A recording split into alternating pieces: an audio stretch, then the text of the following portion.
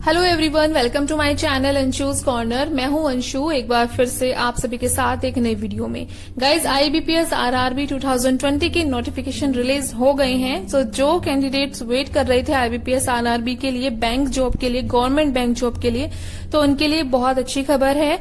आप ये form fill कर सकते हैं। तो आज इस वीडियो में इस नोटिफिकेशन से रिलेटेड ही मैं आपको पूरी इन्फॉर्मेशन देने वाली हूं।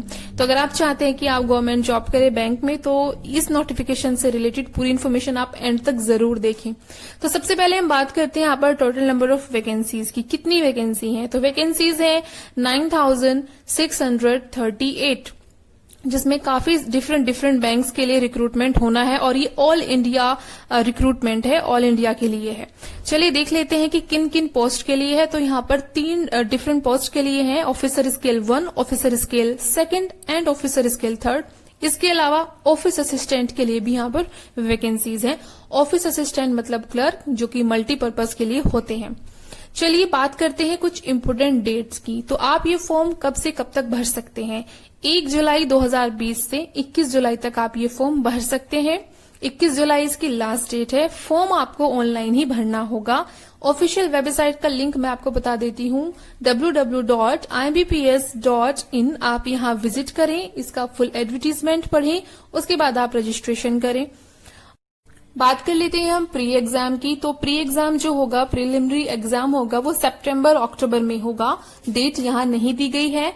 इसका जो रिजल्ट होगा वो अक्टूबर में ही डिक्लेयर होगा और इसकी भी डेट नहीं दी गई है। बात करते हैं मेन एग्जाम की। तो मेन एग्जाम इसका होगा अक्टूबर या नवंबर में, 2020 अक्टूबर नवंबर। इसकी भी अभी यहाँ पर डेट नहीं है।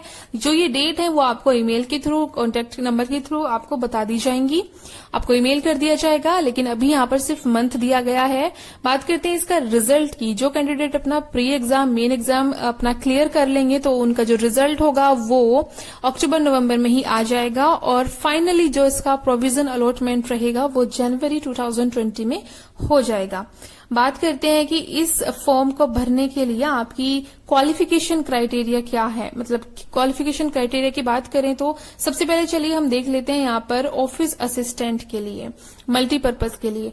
तो उनका ग्रेजुएशन कंप्लीट होना चाहिए किसी भी स्ट्रीम से। अगर आपने अपना ग्रेजुएशन पूरा किया हुआ है तो आप ये फॉर्म भर सकते हैं। लेकिन जो ये ग्रेजुएशन है ये किसी भी रिकॉग्नाइज्ड यूनिवर्सिटी से होनी चाहिए। साथ ही साथ आपको कंप्यूटर वर्किंग नॉलेज भी होनी चाहिए। एक्सपीरियंस कुछ नहीं मांगा है, फ्रेशर हैं, कोई बात नहीं, आप इसके लिए अप्लाई कर सकते हैं। ऑफिसर स्केल 1 में भी आपका ग्रेजुएशन कंप्लीट होना चाहिए 50% मार्क्स के साथ और रिकॉग्नाइज्ड यूनिवर्सिटी होनी चाहिए और एक्सपीरियंस यहाँ नहीं मांगा गया है। अगर आप फ्रेशर हैं तो आप ऑफिस असिस्टेंट और ऑफिसर स्केल 1 के लिए अप्लाई कर सकते हैं। अगर आप ग्रेजुएट हैं, ग्रेजुएशन कंप्लीट है, तो आप इन दोनों पोस्ट के लिए अप्लाई कर सकते हैं विदाउट एनी एक्सपीरियंस। चलिए बात करते हैं ऑफिसर स्केल 2 की। ऑफिसर स्केल 2 में 2 तरीके से हैं। एक तो जनरल बैंकिंग ऑफिसर के लिए पोस्ट है और एक स्पेशलिस्ट मैनेजर के लिए पोस्ट है। स्पेशलिस्ट मैनेजर में अगर आपके पास मैनेजमेंट या फिर इंफॉर्मेशन टेक्नोलॉजी या लॉ या फिर चार्टर्ड अकाउंटेंट, इस तरह से अगर आपने ग्रेजुएशन कंप्लीट किया है, इनमें स्पेशलाइजेशन है आपका, तो आप अप्लाई कर सकते हैं। ऑफिसर स्किल 2 यानी जनरल मैनेजर के लिए आप किसी भी स्ट्रीम से ग्रेजुएट हैं 50% मार्क्स के साथ प्लस 2 इयर्स का एक्सपीरियंस मांगा है। जी हाँ guys, officer scale 2 general manager के लिए आपके पास कम से कम 2 साल का एक्सपीरियंस होना चाहिए किसी भी बैंक या फिर फाइनेंशियल इंस्टीट्यूट में। बात करते हैं हम यहाँ पर ऑफिसर स्केल 3 की। तो ऑफिसर स्केल 3 में गाइज डिफरेंट पोस्ट हैं। स्पेशलिस्ट मैनेजर के लिए है, तो उसमें अगर आप अप्लाई कर रहे हैं तो इसमें आपके पास कम से कम 5 साल का एक्सपीरियंस होना चाहिए। अगर आप एग्रीकल्चर ऑफिसर के लिए अप्लाई कर रहे हैं तो 2 साल का आपके पास एक्सपीरियंस होना चाहिए। मार्केटिंग ऑफिसर के लिए अप्लाई कर रहे हैं तो आपके पास 1 ईयर का जॉब एक्सपीरियंस होना चाहिए। और स्पेशलाइजेशन ऑफिसर का फॉर्म अगर आप भर रहे हैं, मैनेजर का फॉर्म भर रहे हैं, तो उस फील्ड में आपके पास स्पेशलाइजेशन की डिग्री होनी चाहिए। जो students office assistant and officer scale 1 के लिए फॉर्म फिल करेंगे उनका पहले प्री एग्जाम होगा और प्री एग्जाम में आपके 2 सेक्शन आएंगे जिसमें इंग्लिश एंड रीजनिंग होगा। रीजनिंग में आपके 40 क्वेश्चंस होंगे, 40 मार्क्स के होंगे और इंग्लिश में भी 40 क्वेश्चन होंगे और 40 ही मार्क्स के होंगे, यानी टोटल क्वेश्चंस 80 होंगे और 80 ही मार्क्स के होंगे।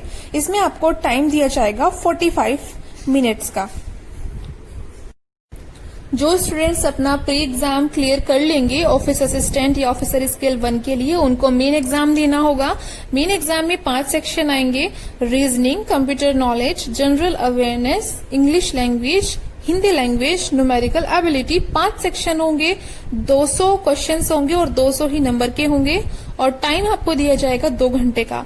ठीक वैसे ही ऑफिसर स्केल 1 के लिए होगा, reasoning, computer knowledge, general awareness, English या फिर हिंदी में से कोई एक लैंग्वेज और क्वांटिटेटिव एप्टीट्यूड। 200 क्वेश्चंस, 200 मार्क्स के 2 घंटे आपको दिए जाएंगे।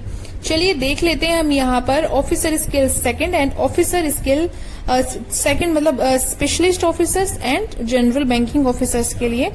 तो यहाँ पर 5 सेक्शन रहेंगे, reasoning, computer knowledge, financial awareness, English language, Hindi language में से इन दोनों लैंग्वेज में से कोई भी एक लैंग्वेज और क्वांटिटेटिव एप्टीट्यूड। 200 क्वेश्चंस, 200 मार्क्स के 2 आवर्स आपको दिए जाएंगे। स्पेशलिस्ट ऑफिसर में आपका इसमें प्रोफेशनल नॉलेज ये सब्जेक्ट ऐड हो जाएगा। सपोज करो अगर आप लॉ के लिए फॉर्म भर रहे हैं, चार्टर्ड अकाउंटेंट के लिए, मार्केटिंग मैनेजर के लिए, तो उसके लिए आपको प्रोफेशनल नॉलेज का एक अलग से टेस्ट होगा जो कि 40 क्वेश्चंस होंगे, उसमें 40 मार्क्स के होंगे। इसके बाद जो बाकी जो सब्जेक्ट है वो सेम रहेंगे, रीजनिंग, फाइनेंशियल अवेयरनेस, हिंदी या इंग्लिश में से कोई एक जो भी आपको अच्छे से आती हो, कंप्यूटर नॉलेज और quantitative aptitude and data interpretation. 200 questions और 200 मार्क्स के 2 घंटे आपको दिए जाएंगे। चलिए देख लेते हैं हम यहाँ पर एज क्राइटेरिया, मतलब आपकी जो एज है वो क्या होनी चाहिए, कब से कब तक आप फॉर्म भर सकते हैं। तो officer scale in different age है इन सबकी। तो ऑफिसर स्केल सबसे पहले 1 की बात करते हैं तो 18 साल से 30 साल तक के कैंडिडेट ये फॉर्म भर सकते हैं। ऑफिस असिस्टेंट के कैंडिडेट्स 18 साल से 28 साल तक ये फॉर्म भर सकते हैं। ऑफिसर स्केल 2 मैनेजर के लिए 21 साल से 32 साल तक का एज क्राइटेरिया है। ऑफिसर स्केल 3 यानी सीनियर मैनेजर के लिए 21 साल से 40 साल तक का एज क्राइटेरिया है, प्लस इसके साथ एज रिलैक्सेशन भी दिया जाएगा। जो SC ST से बिलोंग करते हैं उनको 5 साल का, OBC 3 इयर्स और जो PWD हैं उनको 10 इयर्स का एज रिलैक्सेशन मिल जाएगा। चलिए अभी हम यहाँ पर बात कर लेते हैं फीस, मतलब एप्लीकेशन फीस की। तो फॉर्म आपको ऑनलाइन फिल करना होगा। इनकी ऑफिशियल वेबसाइट का लिंक मैं आपको एक बार फिर से बता देती हूँ। IBPS.in पर जाइए, वहां इसका पूरा एडवर्टीजमेंट अच्छी तरह से पढ़िए। उसके बाद एप्लीकेशन फॉर्म अप्लाई पर क्लिक कीजिए। तो फॉर्म भरने के लिए आपको पे करने होंगे 850 रुपीज इसकी फीस है। जो जनरल OBC कैटेगरी से बिलोंग करते हैं और SC ST PWD जो कैंडिडेट्स हैं उनको 175 रुपीज देने होंगे। सो गाइज ये थी इन्फॉर्मेशन IBPS RRB 2020 के नोटिफिकेशन की। आप इसकी ऑफिशियल वेबसाइट पर विजिट करें। ऑनलाइन ही आपको ये फॉर्म भरना होगा, ऑनलाइन ही आपको पेमेंट करनी होगी और ऑनलाइन ही आपका एग्जाम होगा। तो सो गाइज आज की इस वीडियो में बस इतना ही। अगर आज की वीडियो आपको हेल्पफुल लगी है तो इसे लाइक करें और शेयर करें अपने फ्रेंड्स एंड फैमिली के साथ। अगर आप भी चाहते हैं कि फ्यूचर में आपको जॉब और एजुकेशन और किसी कोर्स से रिलेटेड आपको हेल्पफुल वीडियोस मिलती रहे तो मेरे चैनल को सब्सक्राइब कर सकते हैं, ये बिल्कुल फ्री है।